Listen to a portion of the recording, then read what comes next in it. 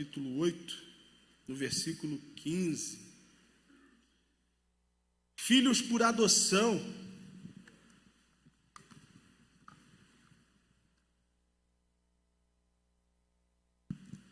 Filhos por adoção.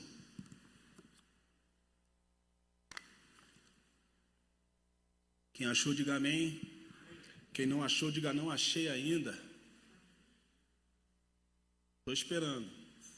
Acabou o tempo. Versículo 15. Pois vós não recebeste um espírito que vos escravize para andardes uma vez mais atemorizados, mas recebeste o espírito que o adota como filhos, por intermédio do qual podemos clamar, Abba, Pai. Senhor, essa é a Tua palavra, abrimos o nosso coração para receber a incorruptível semente da Tua verdade nesta de maneira que essa semente produza frutos a 30, a 60 e a 100 por um. Pai, em nome de Jesus, rogamos a Ti, ó Pai, que o Senhor derrame sobre todos nós espírito de sabedoria e revelação no pleno conhecimento de Ti, de maneira que os olhos do nosso entendimento sejam abertos aqui nesta manhã, e assim podemos compreender, entender qual a esperança do nosso chamamento em Cristo Jesus, ó Pai. Muito obrigado pela oportunidade que temos de aprender com a Tua palavra, Senhor, em nome de Jesus. Amém. Então esse texto aqui sempre batia para mim, quando eu lia, muito estranho, porque a referência que a gente tem de adoção, ela é uma referência negativa. Quem é filho mais novo vai entender o que eu estou falando. E quem é filho mais velho também vai entender o que eu estou falando. Porque sempre existia isso, ou ainda existe, né? Quando o filho mais velho quer implicar com o mais novo, o que ele fala? Você é adotado, você não é filho do meu pai nem da minha mãe. Eu sou filho legítimo, você é adotado. Meu pai te achou na lixeira. Crianças podem ser cruéis, você acha que não? Mas a ideia de adoção é uma ideia negativa. E quando você lê esse texto, eu particularmente li esse texto e falava assim, porque Deus nos deu o espírito de adoção, ou Deus nos adotou. E aí você fala assim, caramba, adotado? Eu quero ser filho legítimo, eu não quero ser adotado. Eu não quero ser um filho por adoção, eu quero ser filho de verdade. Porque a nossa compreensão de adoção ignora o fato da legitimidade que nós temos em relação ao nosso pai como filhos.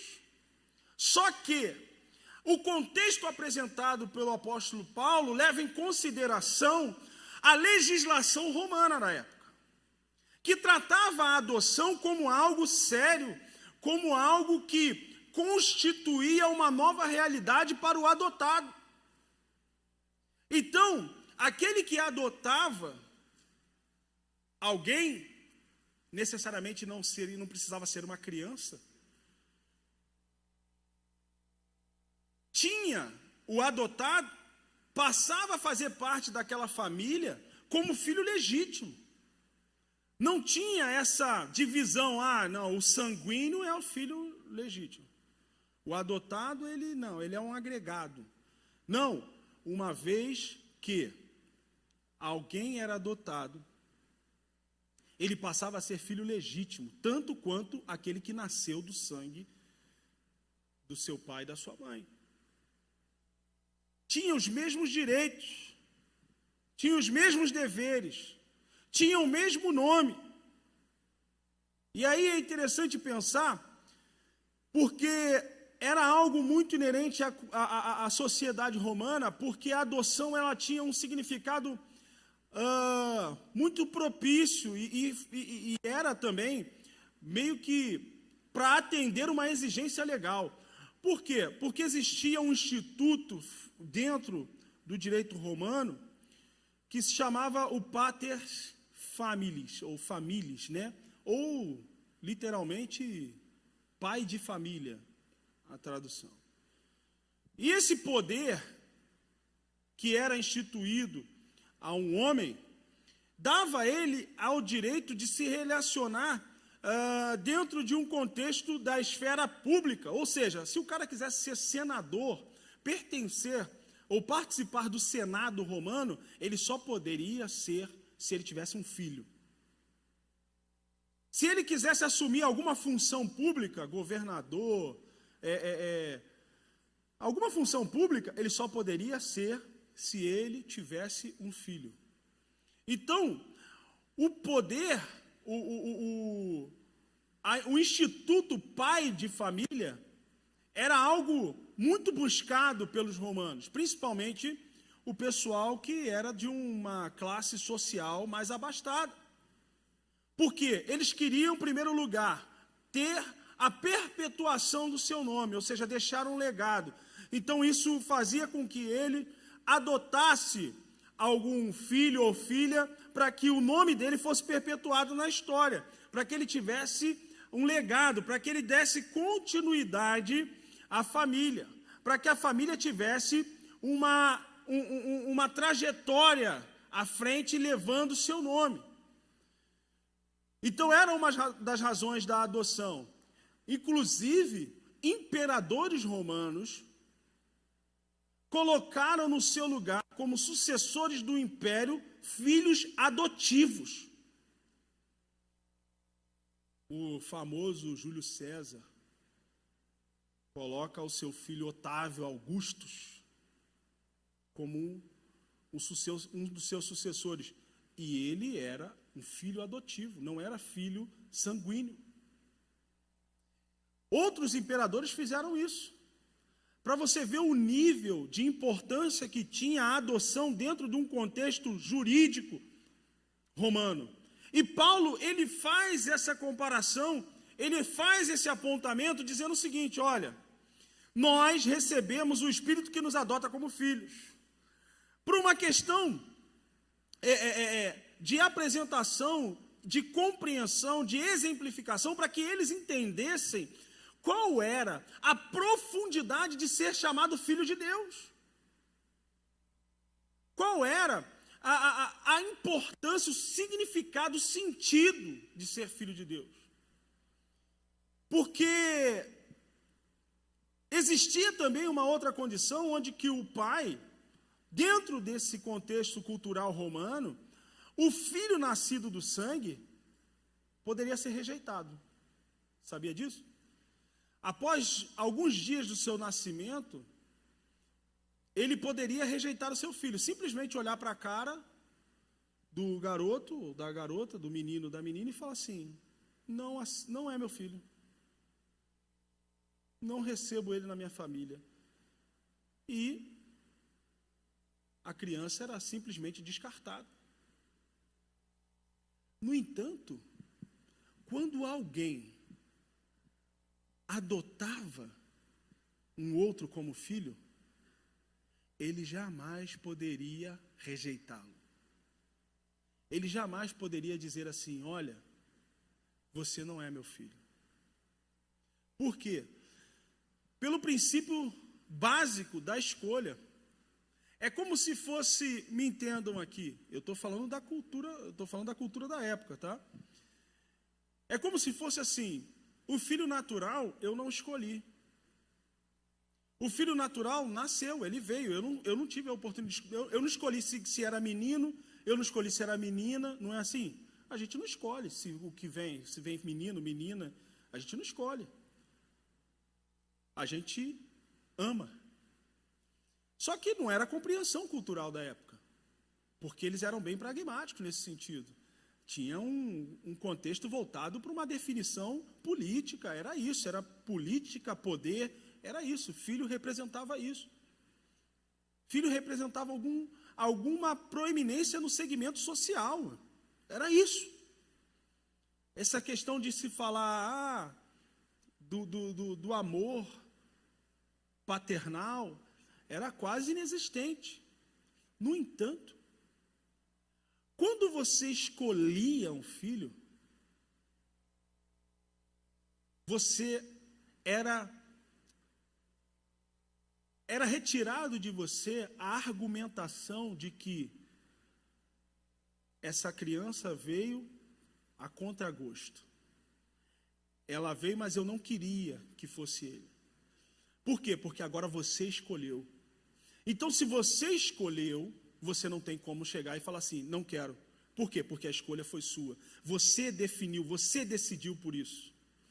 Então, chega a um ponto em que, dentro da sociedade romana, ser filho adotivo era mais importante e desejável do que ser um filho natural. Por isso que imperadores davam os seus cargos, ou abriam os seus processos sucessórios com filhos adotivos. Por quê? Porque foi alguém que ele escolheu. Ele escolheu e falou assim, não, esse aqui é inteligente, é forte, é guerreiro. Coisas que a gente não tem como escolher quando o nosso filho nasce. Você está entendendo por que o apóstolo Paulo de cara usa essa questão? Ele fala assim, olha, o Espírito adotou vocês como filhos. O Espírito Santo escolheu vocês para que sejam filhos de Deus. E uma vez que o Espírito Santo escolheu vocês para serem filhos de Deus, o Espírito Santo de Deus não rejeitará vocês nunca mais. Deus não rejeitará vocês como filhos. Deus não vai abrir mão de vocês em nenhum momento. Porque vocês são filhos legítimos. Filhos legítimos. Isso é maravilhoso demais. Quando a gente aponta para a figura do próprio Jesus como sendo filho de Deus, a gente pensa, poxa, mas se eu sou filho legítimo, filho como filho de Deus, e Jesus nessa história? É interessante porque a palavra trata Jesus como sendo o unigênito, o único filho. Depois, no próprio texto de Romanos, um pouco mais à frente, no versículo 29, Paulo vai falar que ele é o primogênito entre muitos irmãos. Ele deixou de ser unigênito e passou a ser primogênito, ou seja, o fato de eu e você sermos adotados como filhos não tirou de Jesus a sua primogenitura, não tirou de Jesus o lugar especial de ser o primeiro filho de Deus. E sabemos que dentro da cultura judaica, o primeiro filho tem uma atenção especial.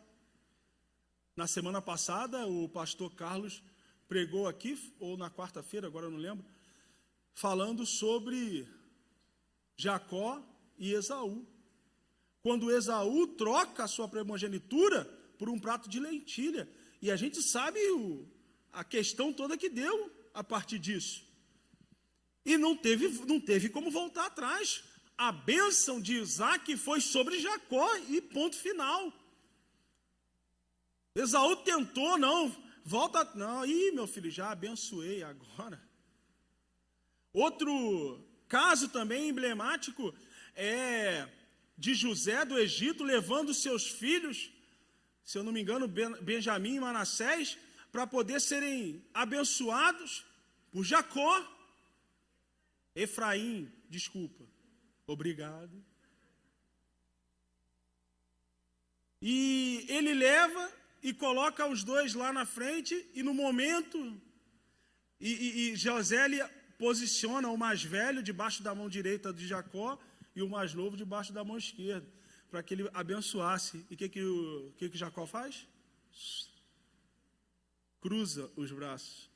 E ele abençoa o mais novo.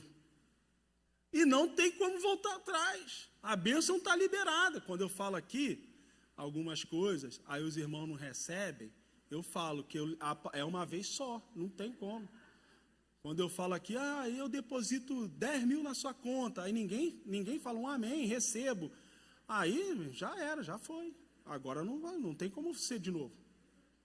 Então a questão da primogenitura é importante, é fundamental desse contexto. Então Jesus nunca vai deixar de ser o primeiro. Sempre será o primeiro, sempre será o filho mais importante. É o que está sentado à destra do Pai, à direita. E nós somos seus irmãos por adoção, porque Ele nos escolheu como filhos. Isso é precioso demais.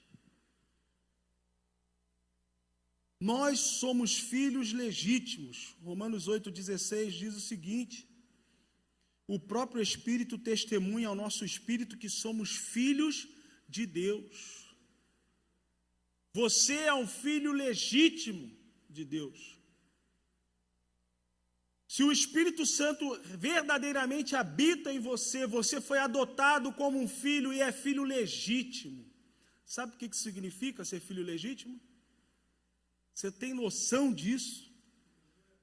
Filho legítimo significa o que está escrito em Romanos 8,17. Se somos filhos, então também somos herdeiros, herdeiros de Deus e co-herdeiros com Cristo, se realmente participamos dos seus sofrimentos, para que da mesma maneira participemos da sua glória. Só filhos legítimos podem herdar. Só filhos legítimos têm direito à herança. Na Grécia e na Roma antiga, a adoção era um instrumento de poder familiar. Como a herança só podia ser deixada para um descendente direto, ou seja, não tinha um instituto do testamento, não tinha um legado testamentário, só o descendente direto poderia herdar aquilo que o antecessor deixasse.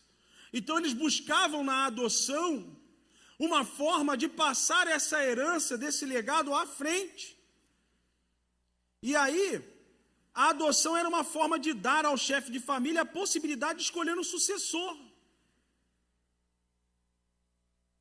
E dessa forma, como eu disse anteriormente, sendo um recurso para ele escapar da extinção da sua família. Ele queria dar continuidade. E esse legado era passado por meio da adoção.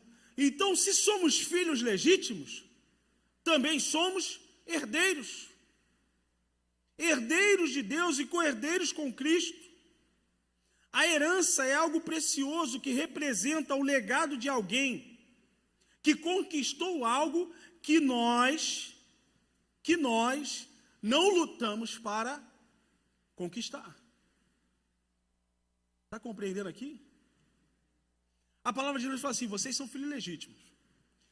Por que vocês são filhos legítimos? Vocês são herdeiros. E herdeiro herda aquilo que ele não conquistou. Lá na terra do meu pai, tem lá as famílias. E os caras têm lá dono de fazenda. E é interessante. Porque aí você passa, né? Conforme vai passando os anos, aí você passa assim, cara, e essa família? Os filhos já venderam tudo. O pai tinha o zelo aí, cuidou de tudo até morrer. Morreu, ficou de herança, os filhos se desfizeram. Sabe por quê? Porque nunca lutaram para conquistar. Eles simplesmente receberam. Mas a herança que nós recebemos é uma herança tão valiosa que precisa ser valorizada a todo custo. Uma herança que você não lutou para conquistar. Que Cristo conquistou por nós no meio da cruz, por meio do seu sacrifício, através da sua ressurreição, e isso nos foi legado por causa do seu nome, que era o único, se tornou o primeiro. E por meio do Espírito de Deus, que nos adotou como filho, nos tornou filhos legítimos e, por consequência, herdeiros. Somos herdeiros do reino de Deus. Como filhos legítimos. Sabe o que significa? Quando tudo chegar ao fim, e esse dia se aproxima, quando você vê a cidade celestial, você vai poder saltar de alegria, apontar e dizer: é minha. Porque Cristo conquistou por mim e eu sou filho legítimo para herdar aquilo que me foi prometido. Lembra do texto nos evangelhos de Jesus falando assim, olha, apartai-vos de mim, porque eu não conheço você. Eu não sei quem você é. E a gente fica intrigado, mas como que Jesus vai dizer para alguém que ele não conhece? Porque a referência de acesso ao reino é a herança. E só filhos legítimos herdam. Ou seja, quando nós chegarmos diante de Jesus, o critério é: você é meu irmão?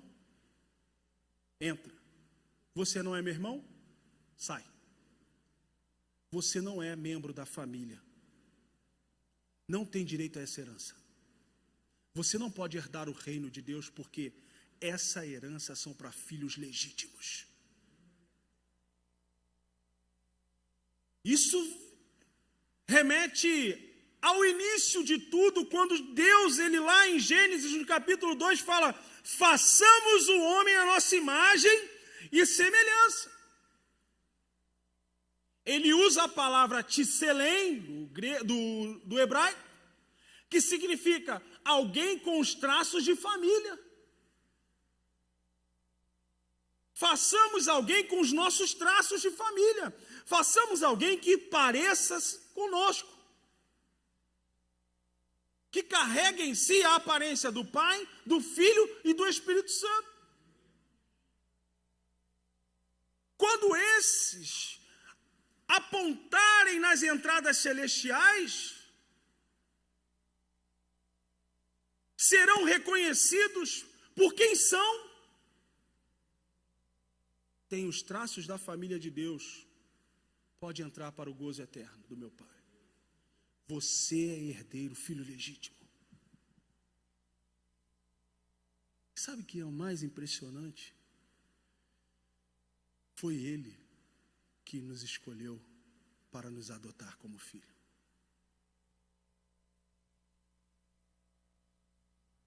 Dois aspectos sobre ser herdeiro. O primeiro aspecto é ser filho legítimo, o segundo aspecto é ser idôneo. Lá em Colossenses 1,12 vai falar: dando graças ao Pai que nos fez idôneos para participar da herança dos santos na luz. O filho indigno ou inidôneo não tem direito à herança. Se não tem direito à herança, ele não é um filho legítimo, porque só filhos legítimos podem herdar. E é interessante, eu, também sou formado em direito, advogado, já não advogo há alguns bons anos, mas ainda tem alguma coisa que fica na nossa mente. E uma das coisas que me marcou dentro da nossa legislação é o instituto, dentro do processo de sucessório, de sucessão.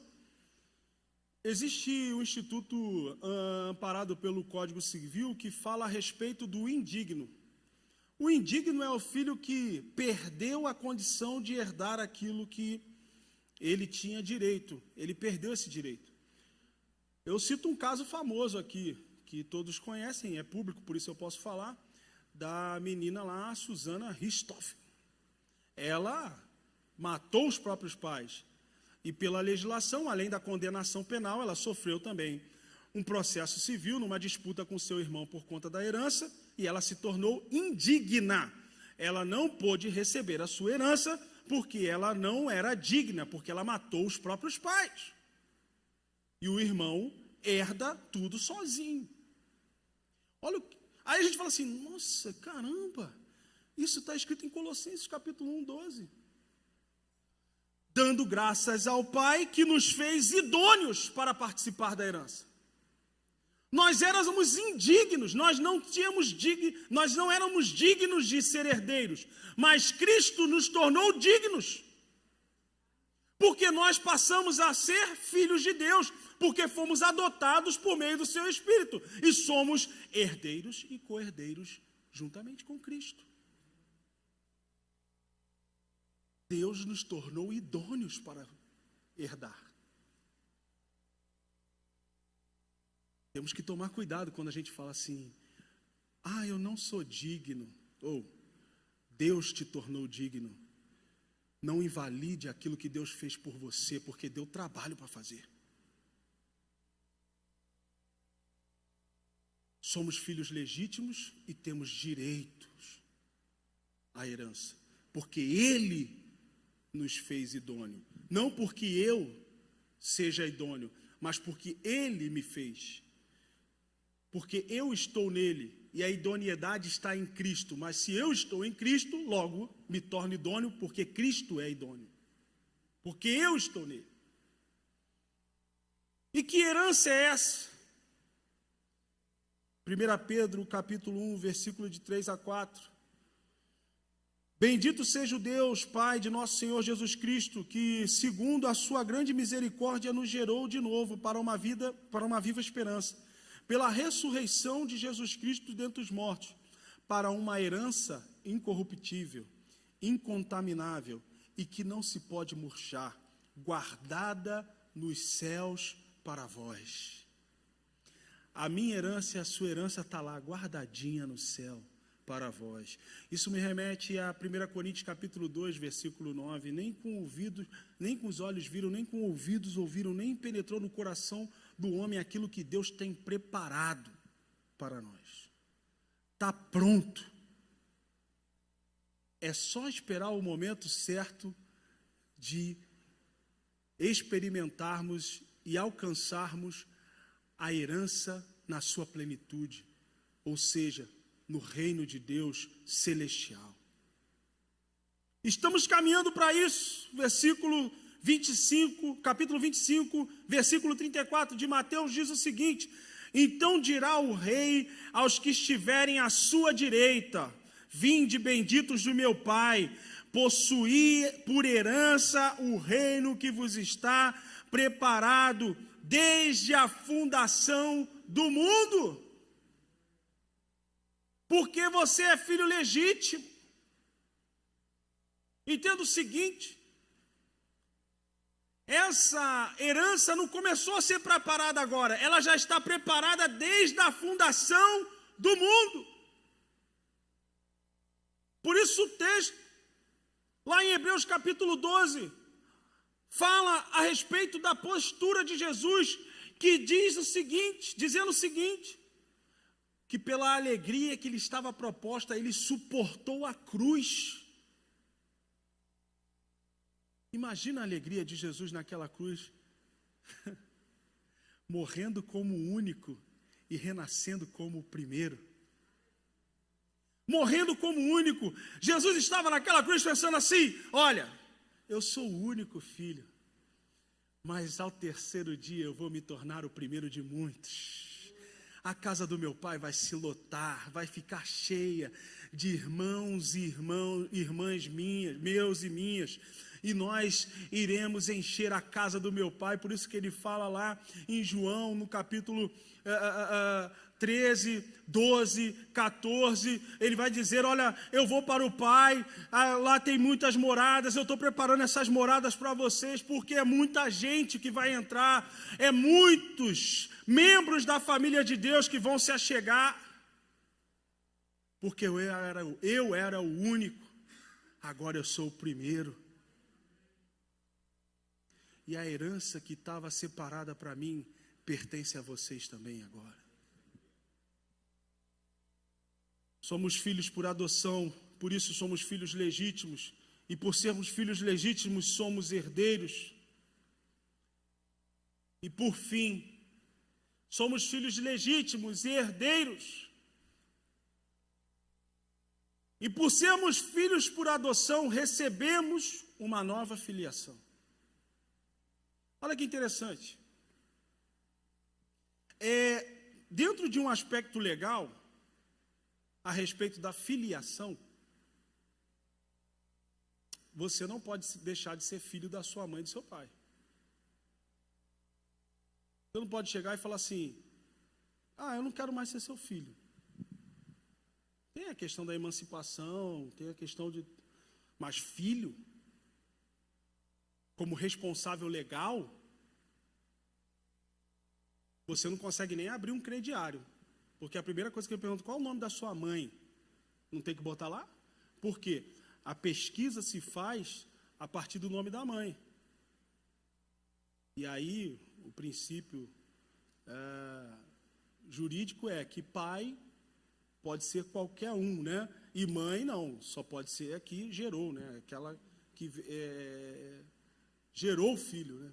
Então, isso é o princípio, tá? Legal, a definição. Por isso que você tem que colocar o nome da mãe. Dificilmente você vai colocar o nome do pai em algum lugar que vai pedir algum tipo de informação mais detalhada, porque a mãe é referência. Inclusive, quando você vai falar em alguma coisa em relação à questão dentro da esfera criminal, né? Você vai lá, o sujeito é fichado na delegacia, o policial ele quer saber, o delegado ele quer o nome da mãe. O nome da mãe. É isso que ele quer saber. Em primeiro lugar, porque é referência básica. E em segundo lugar, porque se o cara se tornar um fugitivo, no jargão da polícia, Dia das Mães é dia de prender fugitivo, né? Porque no Dia das Mães, o meliante vai visitar a mãe. É só esperar na porta de casa que ele vai estar lá. Relembrando meus tempos de polícia civil. Mas a questão da filiação, você não pode alterar assim a seu bel prazer. Demanda um responsável legal e você precisa desse responsável legal. Isso vai acompanhar você para o resto da sua vida. Então você pode até não gostar, a pessoa pode não gostar da filiação dele, da filiação parental dele, mas ele vai ter que aturar isso até a sua morte. Não tem como. A não ser pela adoção.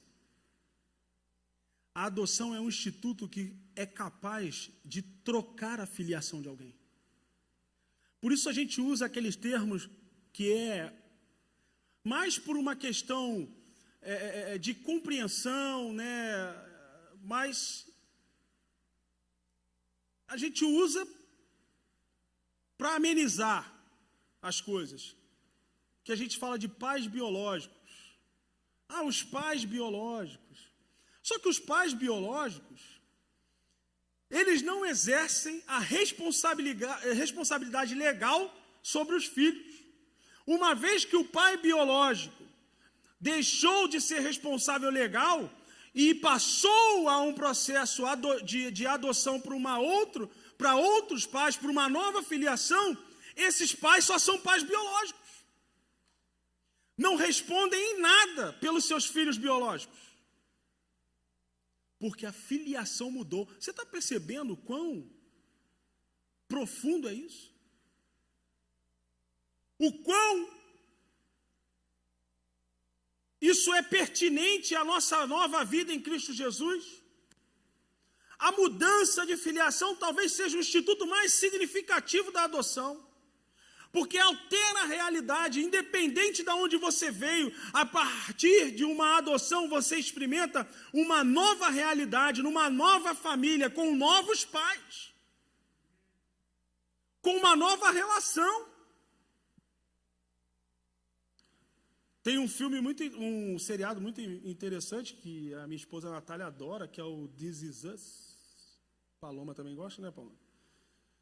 E fala muito sobre isso, né? E sobre adoção, é interessantíssimo, né? O dia que você tiver um tempo aí, acho que está na 5ª temporada, né? Então, mas é interessante, porque fala das relações familiares e tudo, e tem um processo desse sentido, né?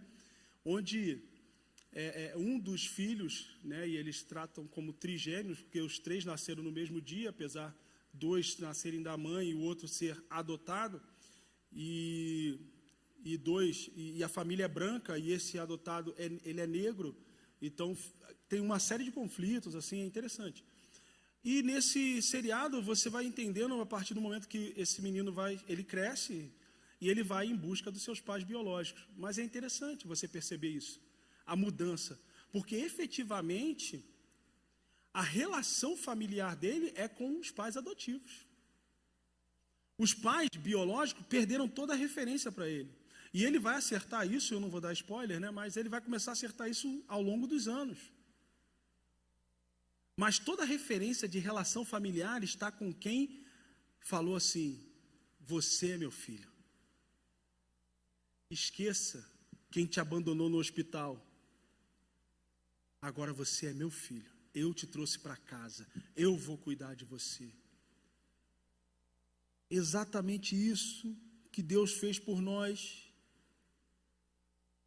Por isso que o apóstolo Paulo fala que o Espírito que os adota como filhos, por intermédio do qual podemos clamar Abba Pai, porque fomos adotados como filhos, ou seja, a nossa filiação foi mudada. Efésios capítulo 2, versículo de 1 a 4 e o versículo 19 diz o seguinte: e vos vivificou, estando vós mortos em ofensas e pecados, em que noutro tempo andaste segundo o curso deste mundo, segundo o príncipe das potestades do ar, do espírito que agora opera nos filhos da desobediência, entre os quais todos nós também antes andávamos, nos desejos da nossa carne, fazendo a vontade da carne, dos pensamentos, e éramos por natureza filhos da ira,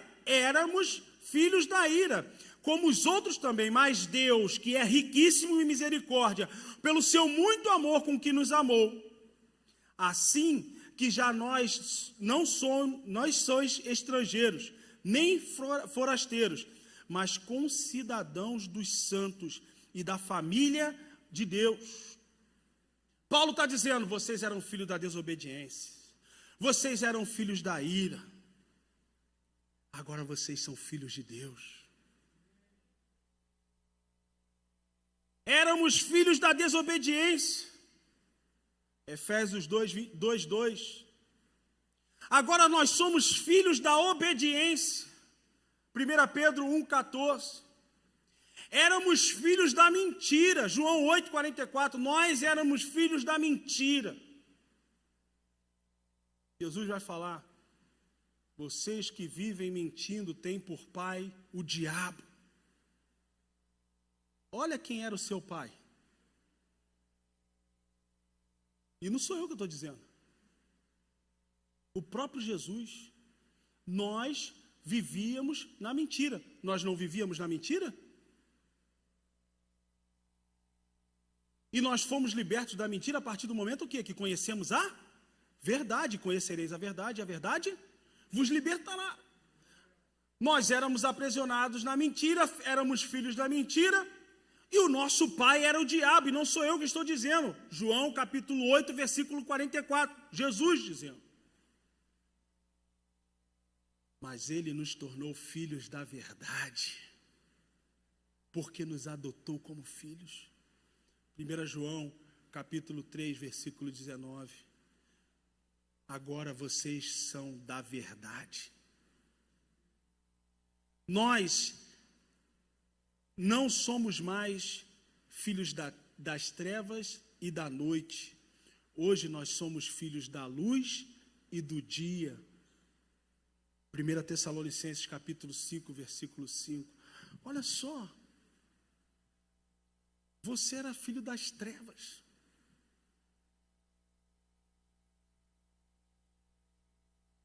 Mas porque o Espírito te adotou como filho, mudou a sua filiação. E você não é mais filho das trevas. Agora você é filho da luz, porque a sua filiação é nova.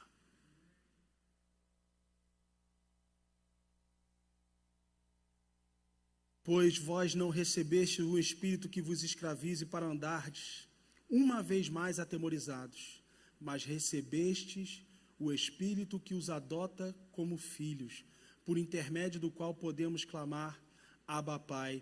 Vocês receberam o Espírito que o adota como filhos, por isso vocês são filhos legítimos, por isso vocês são herdeiros, por isso vocês têm uma nova filiação em Cristo Jesus.